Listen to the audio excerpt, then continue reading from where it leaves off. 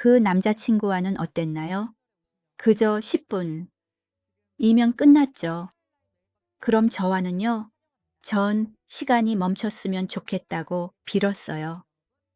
제 몸이 그날 밤의 숨결 하나하나를 기억해요.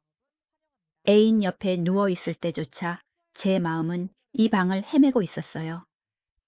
그것은 뒤늦지만 뼈 아픈 저의 고백이었습니다. 하나의 사고. 아니, 어쩌면 술 기운에서 시작된 운명적인 사고였죠. 저는 집을 착각했고, 사람을 착각했고, 엉뚱한 곳에 제 몸을 맡겼습니다. 한남동 고급 아파트의 어둠 속에서 저는 소파에 누워있는 남자가 제 남자친구인 줄만 알았습니다. 그래서 제가 먼저 그를 안았죠. 하지만 다음 날 아침 햇살이 적나라한 진실을 비췄을 때 그곳에 누워있던 사람은 50대인 옆집 아저씨였습니다. 가장 미친 짓은 그 착각이 아니었습니다. 제 가슴 깊은 곳에서 느낀 감정, 바로 전혀 후회하지 않는다는 것이었죠. 심야 고민 상담소에 다시 오신 여러분을 환영합니다. 이 기막히지만 너무나도 인간적인 이야기로 들어가기 전에 구독과 알림 설정 잊지 말고 눌러주세요. 자, 이제 이어폰을 꽂으세요. 그 운명 같았던 금요일 밤 이야기를 들려드리겠습니다. 모든 것은 서울 최고의 금융 중심지 여의도의 어느 추운 저녁에 시작되었습니다. 저는 프리랜서 디자이너 김소은입니다. 그날은 파트너사 대표님과 계약 체결을 축하하는 회식이 있었습니다. 쨍그랑 부딪히는 술잔 소리, 시끌벅적한 건배사, 그리고 초록색 소주병들은 비워지기가 무섭게 다시 채워졌습니다. 저는 본래 술이 약했지만 사회생활이라는 압박 속에 권하는 술을 거절하지 못하고 두 병째 비우고 말았죠. 제 눈에 비친 세상은 흔들리고 뜨겁게 달아오르며 빙글빙글 돌기 시작했습니다.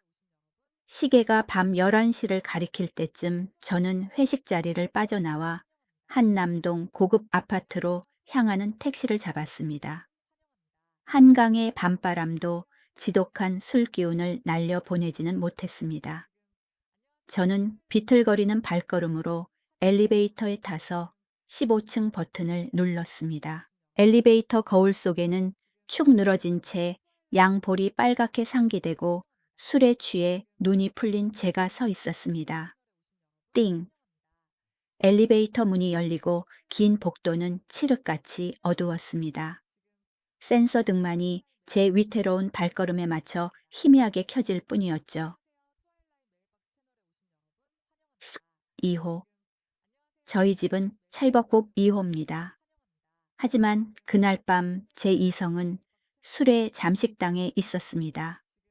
머릿속에는 오직 한 사람, 제 남자친구 박지훈의 모습뿐이었죠. 오늘은 금요일, 우리의 정기 데이트 날이었습니다. 저는 지훈 씨가 제가 준 예비 열쇠로 먼저 와서 기다리고 있을 거라고 확신했습니다. 오랫동안 그래왔던 습관처럼 그는 금요일 밤에 자고 갔고 우리는 토요일을 온종일 함께 보내곤 했으니까요. 저는 떨리는 손으로 가방에서 열쇠를 찾았습니다. 눈앞이 어른거려 무거운 나무 문에 적힌 호수가 제대로 보이지 않았습니다. 열쇠를 구멍에 꽂았습니다. 철컥. 문이 열렸습니다. 나중에야 알게 된 소름 끼치는 우연이었지만 두 집의 도어락은 같은 종류의 구형, 기계식 열쇠를 사용하고 있었고 마침 그 열쇠 구멍이 헐거워져 있었던 탓이었죠. 저는 추호의 의심도 없이 문을 밀고 들어갔습니다. 커다란 창문 너머로 비치는 노란 가로등 불빛이 희미한 빗줄기를 그리며 들어왔습니다. 거실 중앙의 긴 소파 위에 누군가 누워 있었습니다. 남자였습니다. 저는 무의식적으로 미소를 지으며 다가갔습니다. 그 실루엣, 그 어깨. 저는 틀림없이 지훈 씨라고 생각했습니다. 저는 소파 끝에 조심스레 앉았습니다. 방 안이 빙글빙글 도는 것만 같았습니다. 어둠 속에서 남자의 얼굴에 손을 댔습니다. 따뜻했습니다. 피부는 부드러웠지만 평소 지훈 씨가 뿌리던 톡 쏘는 스포츠 향수 냄새와는 다른 은은한 나무 향이 났습니다. 하지만 그 당시 제 후각은 술 냄새에 마비되어 있었습니다. 남자가 살짝 뒤척였습니다.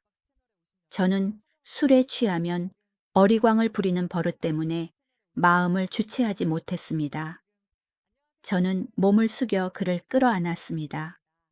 그 순간 제 밑에 있는 남자의 몸이 딱딱하게 굳는 게 느껴졌습니다. 비정상적인 긴장감이었습니다. 지훈 씨라면 즉시 저를 마주 안으며 장난을 쳤을 텐데 이 사람은 그렇지 않았습니다.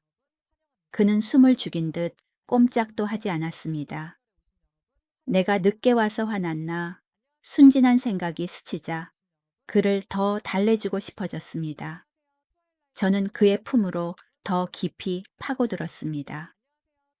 제가 여태껏 만져본 그 어떤 것보다 단단하고 강인하며 뜨거운 가슴이었습니다. 한참 후 그가 깊이 잠들었다고 생각했을 때쯤 커다란 손 하나가 천천히 제 등에 닿았습니다. 아주 천천히, 조심스럽게, 그리고 떨리듯이 제 남자친구에게서 느껴지던 거친 느낌이 아닌 섬세하게 탐색하는 손길이었습니다. 저는 고개를 들어 어둠 속에서 그의 눈을 찾으려 애썼습니다. 잘 보이지는 않았지만 깊고 타오르면서도 억누르고 있는 시선이 저에게 고정되어 있다는 것을 느낄 수 있었습니다. 더 기다리지 않고 저는 고개를 숙여 그의 입술에 제 입술을 포개었습니다. 남자는 멈칫하며 온몸을 활시위처럼 팽팽하게 긴장시켰습니다. 하지만 이내 저를 밀어내는 대신 반응해 왔습니다. 저를 아찔하게 만드는 키스였습니다.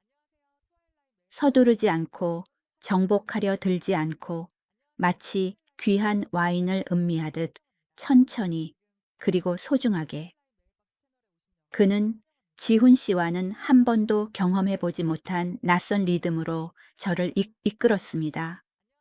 깊고 차분하고 노련했습니다.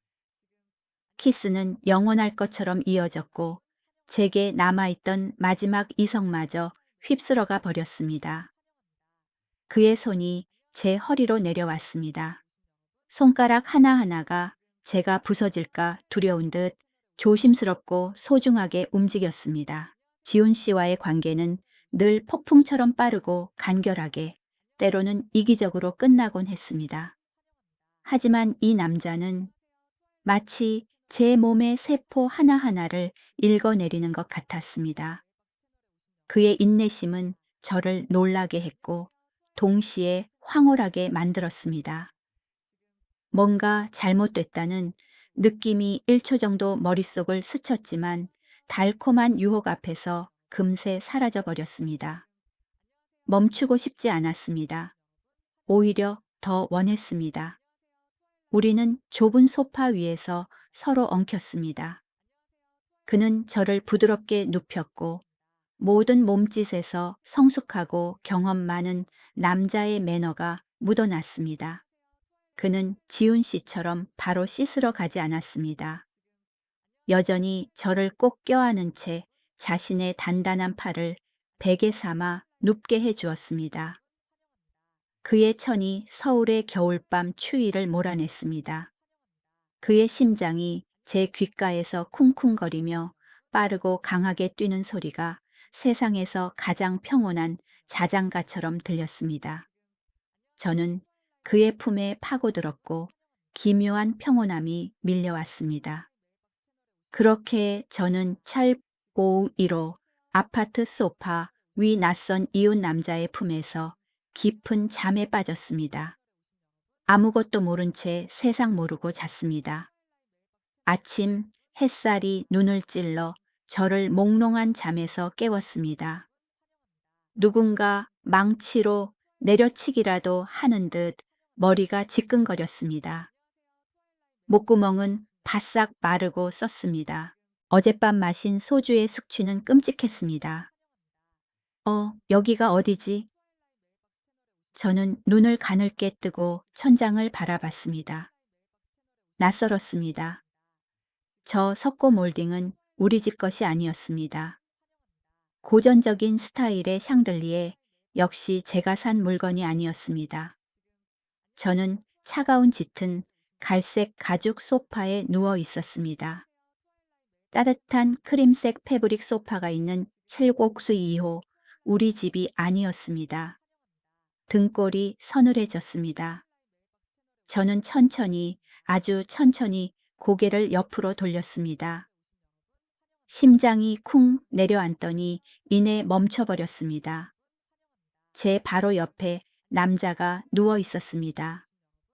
그리고 그 사람은 박지훈이 아니었습니다.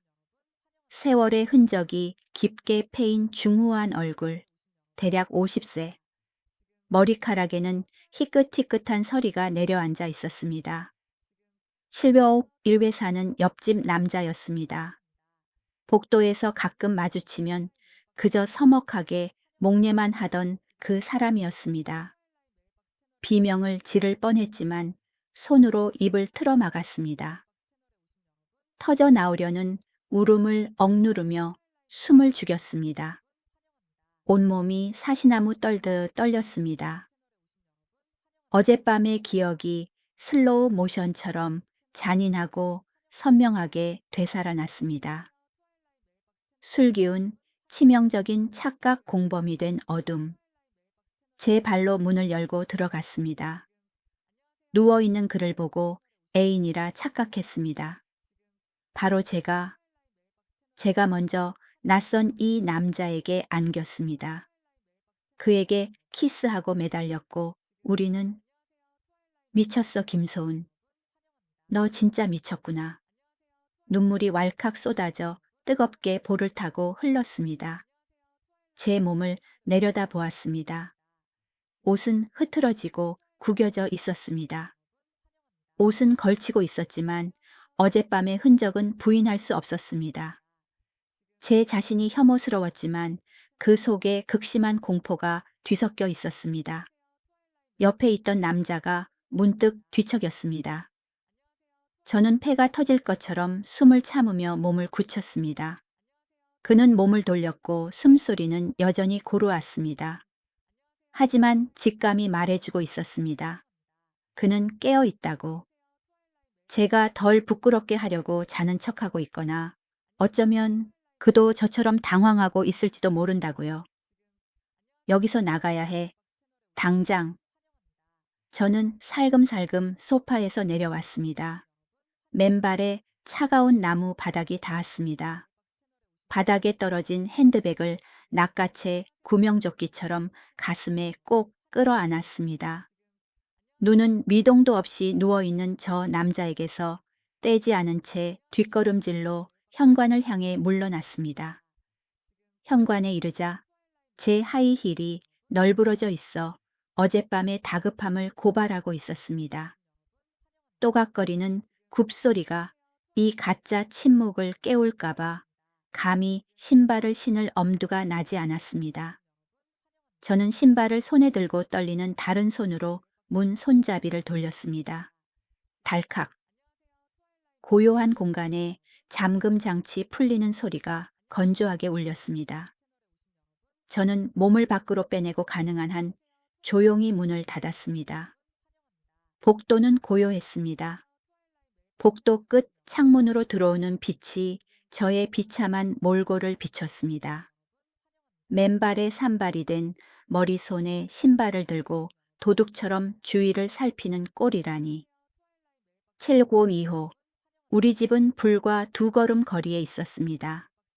하지만 그 거리가 지금은 너무나도 멀게 느껴졌습니다. 열쇠를 구멍에 꽂았습니다. 손이 너무 떨려 2번이나 열쇠를 떨어뜨렸습니다. 3번째 시도 만에야 천국의 문이 열렸습니다. 집 안으로 뛰어들어가 문을 쾅 닫고 차가운 타일 바닥에 주저앉았습니다. 하, 세상에. 저는 얼굴을 감싸쥐고 오열했습니다.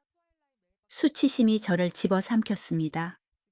이제 어떻게 옆집 아저씨 얼굴을 본단 말인가? 어떻게 지훈 씨 얼굴을 볼 수 있단 말인가? 그때 얇은 벽 너머로 물소리가 들려왔습니다. 병이 물 내리는 소리, 샤워기 소리. 그 남자가 일어났습니다. 그는 씻으며 어젯밤의 흔적을 지우고 있겠죠. 불경한 생각이 머릿속을 스쳤습니다. 그도 그 일을 기억하고 있을까? 저는 욕실로 달려가 뜨거운 물을 틀고 그 아래 섰습니다. 살이 붉어지도록 문지르며 죄책감을 씻어내려 애썼습니다. 하지만 잊으려 할수록 어젯밤의 감각은 더 선명하게 되살아났습니다. 투박하지만 조심스러웠던 그의 손길. 기이할 정도로 다정하고 소중히 다루던 태도. 그리고 가장 무서운 것, 제 자신이 가장 혐오스러운 점은 제가 그 느낌을 좋아했다는 것입니다.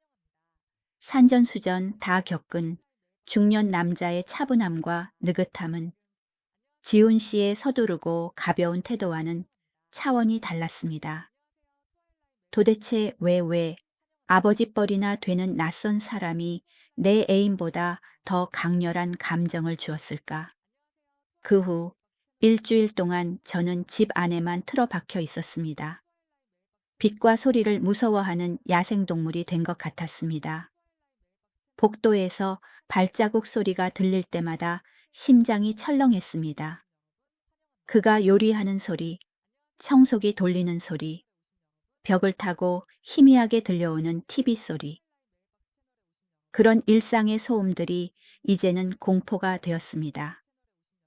지훈 씨가 만나자고 문자를 보냈지만 아프다는 핑계로 거절했습니다. 그를 만날 수 없었습니다. 제 몸과 마음이 매 순간 그를 배신하고 있는데 어떻게 그의 눈을 보고 거짓말을 할 수 있겠습니까? 하지만 언제까지나 피할 수는 없었습니다. 다음 주 금요일 저녁 텅 빈 냉장고 때문에 어쩔 수 없이 밖으로 나가야 했습니다. 저녁 8시, 이 시간이라면 복도가 한산할 것이라 생각했습니다. 마스크를 쓰고 모자를 푹 눌러 쓴 채 살금살금 엘리베이터로 향했습니다. 1층에서 엘리베이터 문이 열렸습니다. 편의점에서 급히 먹을 것을 사서 다시 집으로 돌아왔습니다. 엘리베이터가 올라갑니다. 3층 문이 열렸습니다. 운명은 짓궂었습니다. 그곳에 서 있는 사람은 다름 아닌 찰려곡 1호 이웃 박도윤이었습니다. 네 개의 눈동자가 마주쳤습니다. 시간이 멈춘 듯 했습니다. 엘리베이터 안의 공기는 굳어버렸고 숨이 막힐 듯 답답했습니다. 저는 그 자리에 얼어붙어 문 닫힌 버튼을 누르고 싶었지만 손발이 굳어 움직이지 않았습니다. 타도 되겠습니까? 그의 목소리는 낮고 거칠었으며 매우 조심스러웠습니다. 저는 기계적으로 고개만 끄덕였습니다. 그가 들어와 최대한 구석에 섰습니다. 저는 반대편 벽에 바짝 붙었습니다. 두 사람 하나의 비밀, 좁은 강철 상자 안에서 천천히 15층으로 올라가는 중이었습니다. 제 심장 뛰는 소리가 환풍기 소리를 덮을 만큼 쿵쾅거렸습니다. 띵! 15층. 문이 열렸습니다. 그가 먼저 내렸고 저는 쭈뼛거리며 뒤따라 내렸습니다. 각자의 현관문 앞에서 동시에 열쇠를 꽂으려 할 때 그가 갑자기 입을 열었습니다. 소은 씨. 저는 쏘스라치게 놀라 열쇠를 떨어뜨렸습니다. 감히 뒤를 돌아보지 못하고 나무 문만 뚫어져라 쳐다보았습니다.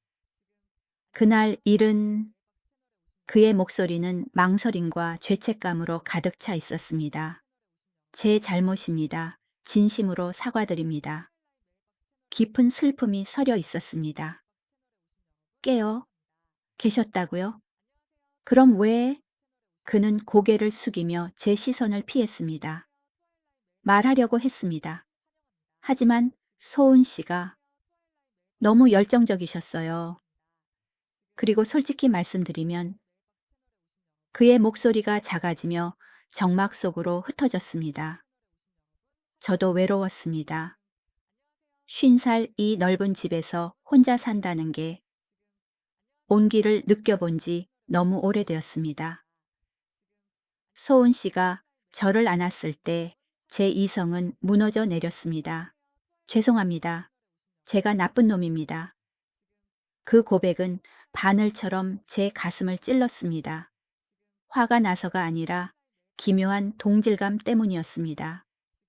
외로움. 점잖고 차가워 보이는 겉모습 뒤에 사랑을 갈구하는 텅 빈 영혼이 있었던 것입니다. 불편하시다면 제가 이사하겠습니다. 그가 덧붙였습니다.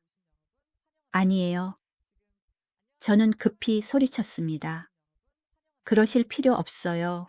그냥 서로 모르는 척 지내면 되잖아요. 그는 제게 고개를 숙여 인사하고 집으로 들어갔습니다. 755 1호에 문이 닫히며 두 세계를 차단했습니다. 다음 날 아침 문 앞에 꽂혀 있는 편지 한 통을 발견했습니다. 힘차고 반듯한 글씨체였습니다. 소은 씨께 3년 전 이혼하고 고독에 익숙해졌다고 생각했습니다. 하지만 그날 밤은 제가 억눌러 왔던 갈망을 깨우고 말았습니다. 술 취한 소은 씨를 이용한 제 행동을 변명하진 않겠습니다. 다만 그날 밤 제 감정은 진심이었다는 것만 알아주셨으면 합니다. 상처를 드려 죄송합니다. 이제부터 저는 소은 씨가 곤란하지 않게 투명 인간처럼 지내겠습니다. 박도윤, 올림. 저는 편지를 든 채 거실에 멍하니 서 있었습니다. 마음의 상처를 가진 50대 남자, 그리고 운명 같았던 하룻밤. 그를 미워할 줄 알았는데 이 글을 읽으니 마음이 짠해졌습니다. 그리고 더 무서운 건 막연한 그리움이 가슴속으로 스며들고 있다는 사실이었습니다. 정말 우리가 모르는 사람처럼 지낼 수 있을까요? 아니면 이건 더 큰 폭풍의 시작에 불과한 걸까요? 그 고백 편지 이후 일주일이 숨 막히는 침묵 속에 흘러갔습니다. 저와 박도윤 씨는 가끔 복도에서 마주쳤습니다. 약속대로 그는 낯선 사람으로서의 거리를 철저히 지켰습니다. 차가운 의례적인 목례만 하고 빠르게 지나쳐갔죠. 하지만 이상하게도 그의 뒷모습이 문 뒤로 사라질 때마다 제 마음속에는 설명할 수 없는 공허함이 차올랐습니다. 밤이 되면 저는 두 집을 가로막고 있는 차가운 벽에 귀를 댔습니다. 웅궁거리는 TV 소리, 달그락거리는 그릇 소리, 물 흐르는 소리. 오토에서 들려오는 일상의 소음들이 갑자기 너무나 생생하게 다가왔습니다. 저는 자문했습니다. 그 사람은 뭘 하고 있을까? 내가 그를 생각하는 것처럼 그도 나를 생각하고 있을까? 왜 저 소리들이 이렇게 신경 쓰이는 걸까?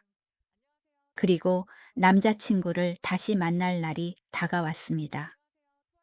우리가 마지막으로 만난 지 2주가 지난 후였습니다. 오랜만이야. 지훈 씨가 미소 지으며 팔을 벌려 저를 안았습니다. 응. 저는 대답했지만 팔은 그를 어설프게 감쌌습니다. 2년 동안 익숙했던 포옹이 갑자기 낯설고 어색하게 느껴졌습니다. 그날 저녁 식사를 마치고 우리는 제 아파트로 돌아왔습니다. 지훈 씨가 씻으러 간 사이 저는 소파에 멍하니 앉아 있었습니다. 불현듯 그 운명의 밤, 기억이 밀려왔습니다. 똑같은 소파, 하지만 바로 옆집, 그리고 다른 남자. 저는 고개를 세차게 흔들며 마음을 잠식하는 죄책감을 떨쳐내려 했습니다. 잊어야 해, 김소은. 잊어야 해. 지훈 씨가 욕실에서 나왔고 진한 향수 냄새가 풍겼습니다. 우리는 여느 연인들처럼 사랑을 나눴습니다. 하지만 제 마음은 먼 곳을 표류하고 있었습니다.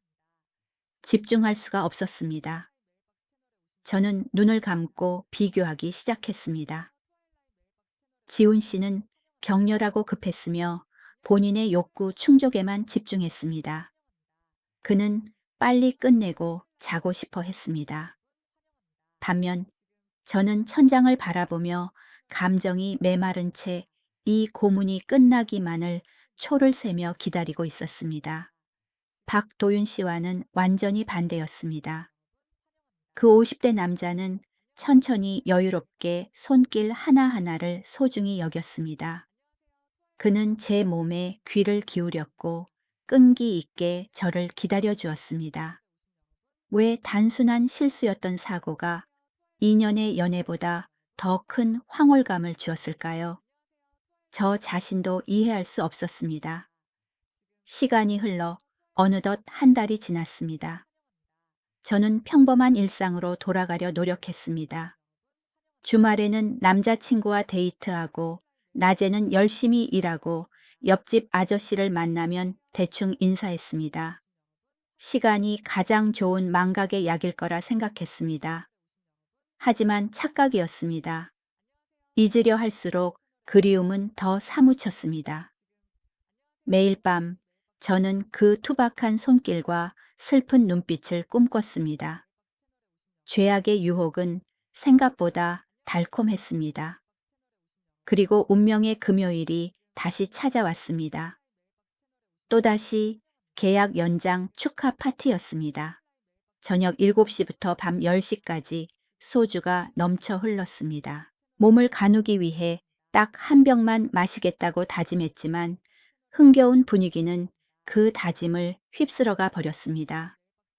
소주 2병이 바닥을 보였습니다. 밤 11시 아파트에 도착했습니다. 엘리베이터에 올라 거울에 비친 붉게 상기된 얼굴을 보며 제가 취했다는 것을 알았습니다. 하지만 이번에는 한 달 전처럼 인사불성은 아니었습니다. 저는 여전히 정신이 있었고 제가 뭘 하고 있는지 알고 있었습니다. 15층. 복도는 고요했습니다.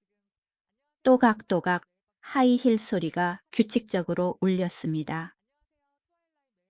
1호, 7보 2호. 우리 집은 철 2호입니다.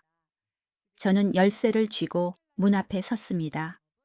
하지만 제 시선은 옆집 문틈으로 새어나오는 불빛에 사로잡혔습니다. 거이로의 따뜻한 노란 불빛. 아직 안 자나 봐. 미친 생각이 스쳤습니다. 열쇠를 구멍에 넣으려던 손이 멈췄습니다. 주인을 배신한 심장이 요동치기 시작했습니다. 너 지금 도대체 무슨 짓을 하려는 거야, 소은아? 이성이 소리쳤습니다. 하지만 제 발은 저절로 움직였습니다. 안전한 우리 집 문이 아니라 옆집의 유혹적인 벼랑 끝을 향해서요. 저는 박도윤 씨의 집 문 앞에 섰습니다. 안에서 TV 소리가 작게 들려왔습니다. 손가락이 떨리며 초인종을 눌렀습니다. 딩동. 벨소리가 끝나자마자 저는 소스라치게 놀랐습니다. 뒤돌아 도망치고 싶었지만 이미 늦었습니다.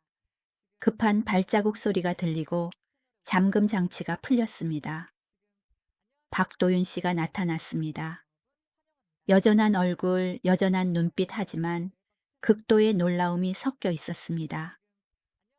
소은 씨. 저는 입술을 깨물며 고개를 숙였습니다. 제가 너무 취해서 벨을 잘못 눌렀어요.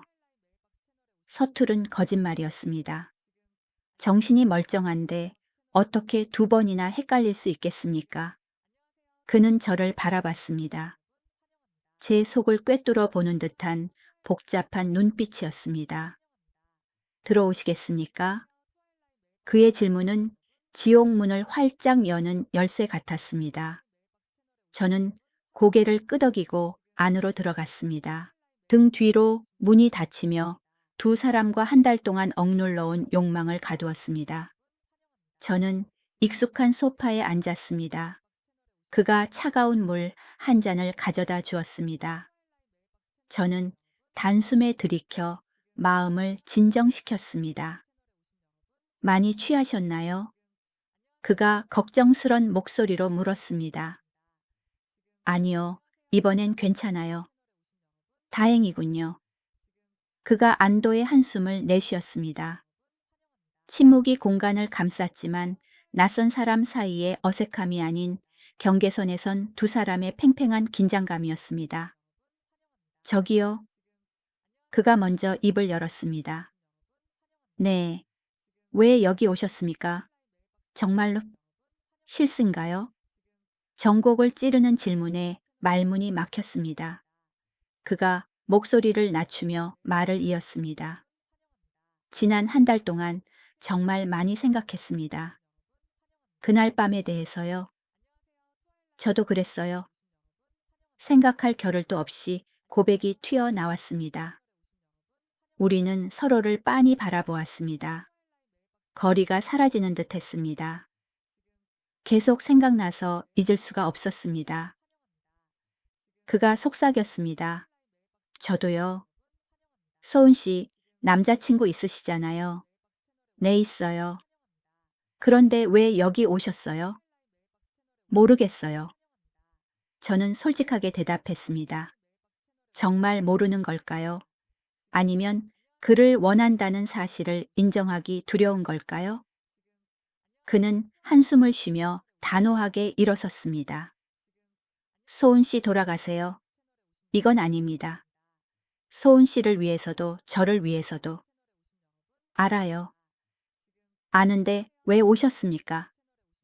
저는 침묵했습니다. 그는 저를 형광까지 배웅했습니다. 제 손이 차가운 문 손잡이에 닿았을 때 그가 갑자기 저를 불러 세웠습니다. 소은 씨. 돌아보니 그의 눈동자가 심하게 흔들리고 있었습니다. 저도 정말 괴롭습니다. 계속 소은 씨 생각만 나요. 저도 그래요. 그럼 어떡합니까? 모르겠어요. 우리는 좁은 현관에 서서 서로의 숨소리를 들었습니다. 그가 한 발짝 다가와 마지막 안전거리를 무너뜨렸습니다. 소은 씨 정말 가세요. 지금 안 가시면 저 못 참습니다. 경고일까요? 아니면 초대일까요? 심장이 터질 것 같았습니다. 발이 바닥에 못 박힌 듯 움직이지 않았습니다. 저는 그를 올려다보며 애원하듯 바라봤습니다.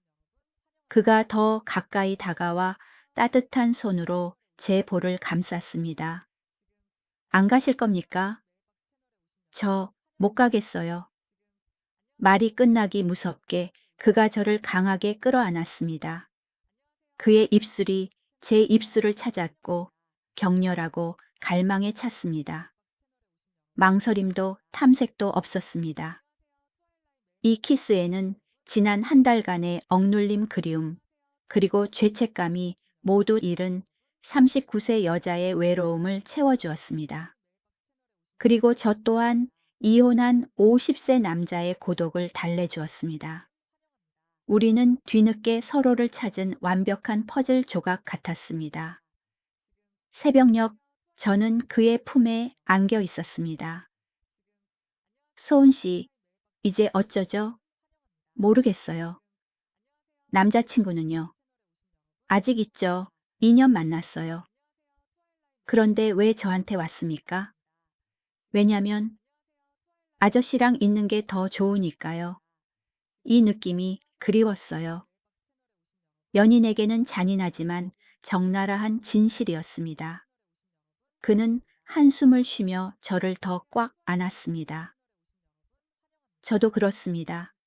3년 동안 혼자 살았는데 처음으로 다시 살아있는 것 같습니다. 새벽 2시. 저는 돌아가야만 했습니다. 그가 문까지 배웅하며 아쉬운 눈빛을 보냈습니다. 또 올 겁니까? 저는 침묵했습니다. 그가 씁쓸하게 웃었습니다. 와도 됩니다. 언제든지요. 우리 집 문은 항상 열려 있습니다. 저는 차가운 찰호 2호로 돌아왔습니다. 거울을 보니 다른 여자가 서 있었습니다. 눈은 반짝이고 볼은 생기 있게 상기되어 있었습니다. 죄책감이 제 안에 불을 지폈습니다. 그때부터 금요일 밤은 우리만의 비밀 성지가 되었습니다. 처음에는 택배를 잘못 받았다. 양념 좀 빌려달라는 서툰 핑계였지만 이내 아무런 이유도 필요 없게 되었습니다. 초인종 소리만 울리면 철보 915의 문이 열리고 저를 달콤한 배신의 세계로 삼켜버렸으니까요. 2달이 흘렀습니다. 그 60일 동안 저는 이중 생활을 했습니다. 주말에는 박지훈의 착한 여자친구로 돌아갔습니다. 토요일 저녁 그가 우리 집에 오면 저녁을 먹고 영화를 보고 일요일 아침에 그가 떠났습니다. 정해진 순서대로 흘러가는 주말, 연애 지루할 정도로 평온했습니다. 하지만 금요일이야말로 저의 진짜 세상이었습니다. 금요일 밤이면 제 발은 자동으로 이웃 박도윤 씨의 집 문을 찾았습니다. 처음엔 죄책감이 저를 끔찍하게 괴롭혔습니다. 거울을 보며 사기꾼 배신자라고 자책했죠. 하지만 멈출 수 없었습니다. 월요일부터 목요일까지 저는 오직 그 순간만을 기다리며 좀비처럼 살았습니다. 제 몸은 그 남자의 온기를 기억하고 있었고 마치 마약 중독자처럼 그것이 독인 줄 알면서도 끊을 수 없었습니다. 이웃 아저씨가 남자친구보다 더 나은 사람일까요? 꼭 그렇진 않습니다. 지훈 씨는 정말 좋은 사람입니다. 젊고 잘생기고 능력 있고 저에게 잘해줍니다. 하지만 우리 사이엔 무언가 결여되어 있었습니다. 반면 도윤 씨는 달랐습니다. 지훈 씨와 함께 있는 건 의무라서 하는 것이었지만 도윤 씨와는 자발적이었습니다. 제 몸이 그에게 반응했습니다. 50세. 저보다 11살이나 많고 지훈 씨만큼 멋지진 않지만 그와 함께 있으면 너무나 편안했습니다. 말하지 않아도 마음을 알 수 있었죠. 그리고 가장 중요한 건 제가 갈망하던 다정함이었습니다. 어느 금요일 저녁 평소처럼 문을 두드렸습니다. 도윤 씨가 환하게 웃으며 문을 열었습니다. 들어와요. 들어서자마자 맛있는 냄새가 코를 찌르며 추위를 녹였습니다. 식탁에는 밥상이 차려져 있었습니다. 이게 다 뭐예요? 제가 놀라 물었습니다. 저녁 준비했어요. 같이 먹어요. 그가 웃었습니다. 가슴이 묘하게 따뜻해졌습니다. 이런 대접은 처음이었습니다. 지훈 씨는 저에게 밥 한 끼 해준 적이 없었으니까요. 식탁에 앉았습니다. 김이 모락모락. 나는 된장찌개 매콤한 제육볶음 노란 달걀말이, 그리고 파릇파릇한 쌈채소. 정성이 가득한 밥상이었습니다. 너무 맛있어 보여요. 제가 감탄했습니다. 혼자 살다 보니 요리를 독학했거든요. 한 입 맛보았습니다. 정말 맛있었습니다. 진짜 맛있어요. 그가 얼굴에 화색을 띠었습니다. 다행이네요. 밥을 먹으며 도란도란 이야기를 나눴습니다. 그는 공무원으로 일하다 명예퇴직하고 연금으로 사는 이야기를, 저는 프리랜서 디자이너로서의 고충을 이야기했습니다. 그는 제 말 한마디 한마디를 경청했습니다. 혼자 일하느라 많이 힘들겠어요. 가끔은요. 그래도 자유로워서 좋아요. 저도 은퇴하고 나니 자유롭더군요. 그런데 외로워요. 저도 그래요. 혼자 사는 건 외로워요. 우리는 서로를 바라봤습니다. 두 고독한 영혼이 공명을 일으켰습니다. 식사를 마치고 제가 그릇을 치우려 하자 그가 막았습니다. 내가 할게요. 소은 씨는 쉬어요. 아니에요. 같이 해요. 그렇게 좁은 싱크대 앞에 서서 그가 씻고 제가 헹궜습니다. 마치 노부부처럼 평화로운 풍경이었습니다. 설거지를 마치고 소파에 앉아 영화를 봤습니다. 그가 제 어깨에 팔을 둘렀습니다. 참으로 평온했습니다. 영화를 보다 문득 그가 물었습니다. 소은 씨 만약 들키면 어쩌죠? 저는 말문이 막혔습니다. 감히 상상조차 하지 않았던 일이었으니까요. 남자친구가 알게 되면요. 심장이 철렁했습니다. 저는 얼버무렸습니다. 모르겠어요. 조심하는 수밖에요. 그가 한숨을 쉬며 제 어깨를 가볍게 감싸 쥐었습니다. 안 되는 거 아는데 멈출 수가 없네요. 저도요. 그날 밤 저는 그의 집에서 잤습니다. 새벽 3시가 되어서야 살금살금 우리 집으로 돌아왔습니다. 씻고 침대에 누워 천장을 보며 자문했습니다. 만약 지훈 씨가 알면 어떡하지? 아니면 내가 먼저 헤어지자고 할까 계속 속일 순 없어. 하지만 50세 남자와의 관계는 너무 불확실해서 용기가 나지 않았습니다. 다음 날 아침 지훈 씨에게 문자가 왔습니다. 오늘 저녁에 보자. 보고 싶어. 죄책감이 밀려왔습니다. 어젯밤 다른 남자와 사랑을 나누고 이제 남자친구에게 문자를 하다니. 하지만 저는 답장했습니다. 나도 보고 싶어. 또 거짓말이었습니다. 저녁에 고급 레스토랑에서 만난 지훈 씨가 걱정스레 제 손을 잡았습니다. 요즘 자기 좀 이상해. 무슨 일 있어? 아니, 일이 많아서 피곤해서 그래. 그래, 너무 무리하지 말대. 우리는 영화를 보러 갔습니다. 얄궂게도 어제 도윤 씨와 본 바로 그 영화였습니다. 남자친구 옆에 앉아 있는데 머릿속은 온통 옆집 아저씨 어깨에 기대던 순간뿐이었습니다.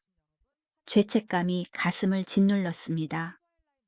집에 돌아오는 길 찰부옥 1호 불이 환하게 켜져 있었습니다. 그가 집에 있습니다. 당장이라도 뛰어들고 싶었지만 참아야 했습니다. 집에 들어와 벽 너머로 TV 소리를 들었습니다. 저는 똑같은 채널을 틀었습니다. 벽 하나를 사이에 두고 두 사람이 같은 프로그램을 보고 있습니다. 기묘하고 씁쓸한 기분이었습니다. 1시간 뒤 초인종이 울렸습니다. 깜짝 놀라 문을 열었습니다. 도윤 씨였습니다. 손에 조각 케이크를 들고 있었습니다. 편의점에서 급하게 샀어요. 같이 먹을까 해서. 마음이 녹아내렸습니다. 들어오세요. 그가 우리 집에 들어온 건 처음이었습니다. 우리는 부엌에 앉아 케이크를 먹었습니다. 그가 물었습니다. 방금 남자친구 만나고 온 거예요. 어떻게 아셨어요? 복도에서 봤어요. 헤어질 때. 저는 고개를 숙였습니다. 그렇구나. 미안해요. 아니요. 끼어든 건 저인걸요. 아니에요. 제가 선택한 거예요. 그가 제 손을 잡았습니다. 목소리가 침울했습니다. 소은 씨 많이 힘들죠? 아니면 우리 그만할까요? 저는 고개를 세차게 저었습니다. 아니요. 그만하고 싶지 않아요. 그가 저를 와락 끌어안았습니다. 저도 그래요. 그날 밤 그는 우리 집에서 잤습니다. 다음 날 아침 그는 누가 볼까봐 새벽같이 일어나 제 이마에 가볍게 키스하고 돌아갔습니다. 3개월이 흘렀고 저는 이중 생활에 점점 익숙해졌습니다. 하지만 꼬리가 길면 밟히는 법이죠. 어느 토요일 오후 지훈 씨가 우리 집에서 영화를 보고 있는데 초인종이 울렸습니다. 누구야? 지훈 씨가 물었습니다. 글쎄, 택배인가 봐. 인터폰 화면을 확인했습니다. 심장이 멈추는 줄 알았습니다. 도윤 씨였습니다. 손에 반찬통을 들고 있었습니다. 어떡하지? 지훈 씨가 거실에서 물었습니다. 누군데? 아, 배달이 잘못 온 것 같아. 잠시만. 도윤 씨가 다시 벨을 누르더니 한참을 기웃거리다 쓸쓸히 돌아갔습니다. 저는 소파로 돌아왔습니다. 얼굴은 터질 듯 빨갛고 심장은 미친 듯이 뛰었습니다. 지훈 씨가 물었습니다. 왜 이렇게 얼굴이 빨개더워? 그런가 봐. 저는 아무렇게나 대답했습니다. 그날 밤 지훈 씨가 씻으러 간 사이 그에게 문자를 보냈습니다. 아까 오셨어요. 못 열어드려서 죄송해요. 답장이 바로 왔습니다. 김치찌개 끓였는데 주려고 했어요. 괜찮아요. 남자친구 왔나 보네요. 네, 죄송해요. 괜찮아요. 내일 줄게요. 고마워요. 저는 즉시 문자를 삭제했습니다. 욕실 물소리를 들으며 벽을 바라보았습니다. 같은 공간, 시간 두 남자. 정말 미칠 노릇이었습니다. 다음 날 아침 지훈 씨가 돌아가자마자 복도로 뛰어나갔습니다. 옆집 문이 열리고 도윤 씨가 나와 김치찌개 통을 건넸습니다. 어제 바로 가셨어요. 김치찌개야. 그의 표정이 슬퍼 보였습니다. 많이 힘들죠, 이렇게 사는 거. 좀 그렇네요. 저도 죄송하고. 그가 고개를 저으며 씁쓸하게 웃었습니다. 끼어든 내 탓이죠. 하지만 후회는 안 해요. 저도요. 집에 들어와 그가 끓여준 김치찌개를 먹었습니다. 기가 막히게 맛있었습니다. 지훈 씨는 한 번도 요리를 해준 적 없지만 옆집 아저씨는 자주 해줍니다. 차이가 너무 명확했습니다. 계속 이렇게 지내도 되는 걸까? 스스로에게 물었습니다. 절정은 그로부터 일주일 후였습니다. 금요일 저녁 그에게 가려고 준비 중인데 지훈 씨에게 전화가 왔습니다. 오늘 갈까? 너무 보고 싶다. 내일은 내가 바빠서. 당황했습니다. 금요일은 저와 도윤 씨만의 성지인데. 나 오늘 일 때문에 바빠. 그래, 그럼 내일 보자. 전화를 끊고 가슴이 쿵쾅거렸습니다. 처음으로 남자친구에게 바쁘다고 거짓말하고 거절했습니다. 오직 옆집 아저씨를 만나기 위해서요. 제가 정말 쓰레기 같았지만 발걸음은 철보 고 1호로 향했습니다. 도윤 씨가 환하게 웃으며 문을 열어주었습니다. 오늘 저녁 메뉴는 고소한 삼겹살이었습니다. 우리는 즐겁게 식사했습니다. 그가 물었습니다.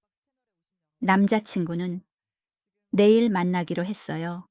오늘은 안 만나요. 나 때문에 안 만나는 거예요. 아니요, 제가 선택한 거예요.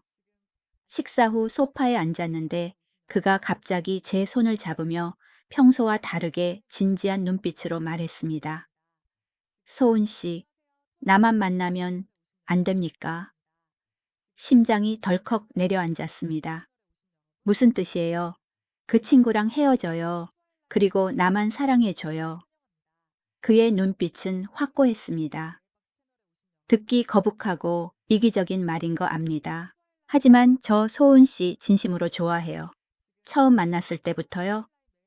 가슴이 벅차올랐습니다. 저도 아저씨 좋아해요. 그가 저를 안았습니다. 고마워요. 그 말 들으니 정말 행복하네요. 하지만 머릿속은 복잡했습니다. 젊고 잘생긴 남자친구와 헤어지고 50대 남자와 진지하게 연애라니 결코 쉬운 결정이 아니었습니다.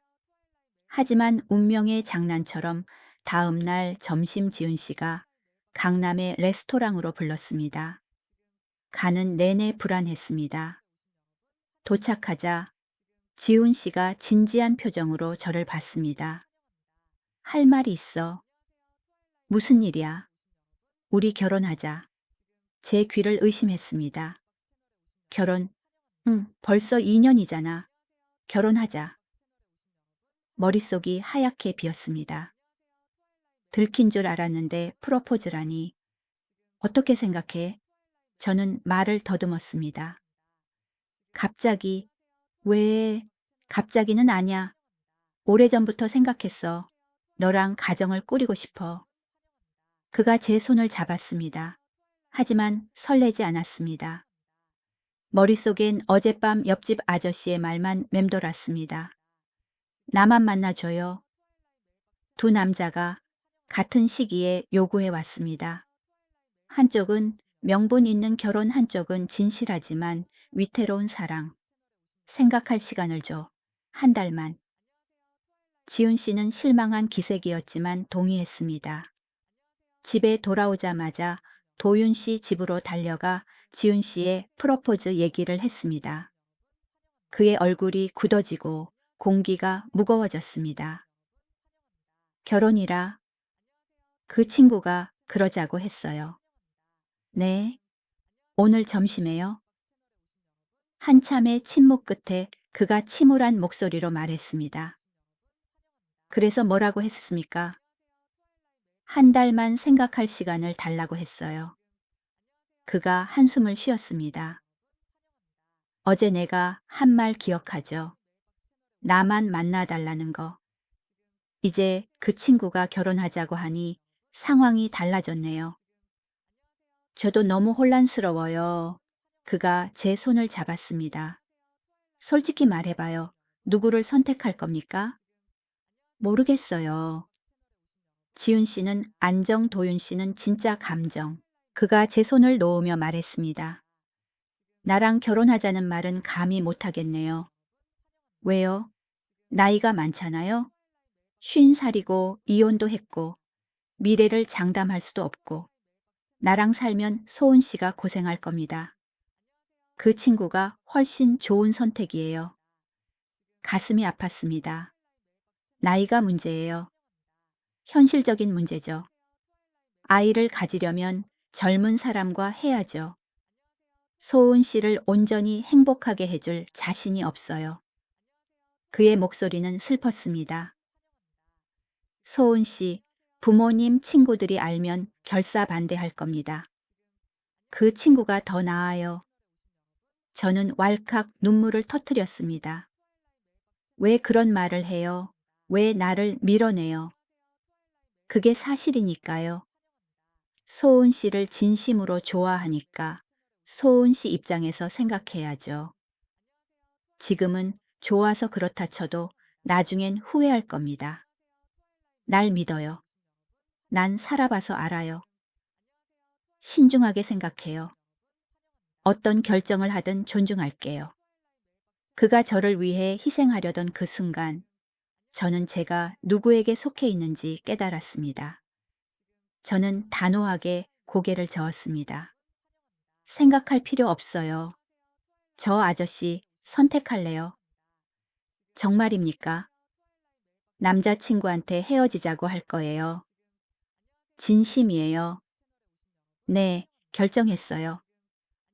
그가 저를 와락 끌어안았습니다. 고마워요. 하지만 후회하지 마요. 절대 후회 안 해요. 일주일 후 종로의 카페에서 지훈 씨를 만났습니다. 생각해 봤어. 지훈 씨가 희망에 차 물었습니다. 심장이 빠르게 뛰었습니다. 미안해. 나 결혼 못해. 지훈 씨의 얼굴이 변했습니다. 왜? 준비가 안 됐어. 그럼 기다릴게. 아니, 우리 헤어지자. 지훈 씨는 멍해졌습니다. 뭐라고 왜 2년이나 만났는데 이제 와서 안 맞는다고. 저는 거짓말을 했습니다. 서로 안 맞는 것 같아. 지훈 씨가 제 눈을 깊이 들여다봤습니다. 너 다른 사람 생겼니? 저는 뜨끔했습니다. 아니야. 마지막 거짓말이었습니다. 지훈 씨가 슬픈 표정으로 말했습니다. 알았어. 더 묻지 않을게. 미안해. 행복해라. 그가 일어나 나갔습니다. 2년의 연애가 거기서 끝났습니다. 저는 잠시 울다가 집으로 돌아왔습니다. 곧장 도윤 씨 집으로 갔습니다. 저를 보자마자 그가 물었습니다. 어떻게 됐어요? 헤어졌어요. 그가 저를 품에 안고 토닥였습니다. 고생했어요. 미안해요. 저는 그의 품에서 펑펑 울었습니다. 그가 라면을 끓여주었습니다. 다 먹고 나자 그가 물었습니다. 이제 어쩔 겁니까? 그냥 이렇게 지내요. 아저씨가 옆에 있어 준다면서요. 나를 선택해줘서 고마워요. 절대 후회하지 않게 할게요. 저 어디 안 가요? 다음 날 아침 그의 옆에서 눈을 떴습니다. 일요일 아침 햇살이 눈부셨습니다. 처음으로 느끼는 완벽한 평온함이었습니다. 우리는 함께 아침을 만들었습니다. 마치 진짜 부부처럼요. 이렇게 같이 밥 먹으니까 참 좋네요. 그가 말했습니다. 저도요, 이제부터 계속 이렇게 지내요. 그러기로 합시다. 6개월 후, 그가 진지하게 물었습니다. 우리 합칠까요? 네, 제가 갈까요? 아저씨가 올래요. 이쪽으로 와요. 저는 첼로고업 2호를 정리하고 그의 첼보음 1호로 들어갔습니다. 짐은 많지 않았습니다. 이제 우리는 공식적으로 동거를 시작했습니다. 가로막던 벽은 사라졌습니다. 처음엔 쑥스럽기도 하고 치약 뚜껑을 안 닫는 그의 사소한 버릇 때문에 다투기도 했지만 따뜻한 밥상 앞에서 금세 화해하곤 했습니다. 술에 취해 문을 잘못 열었던 그 운명의 밤으로부터 1년이 지났습니다. 치명적인 실수로 시작된 관계였지만 지금은 한 점 후회 없는 진심 어린 선택이 되었습니다.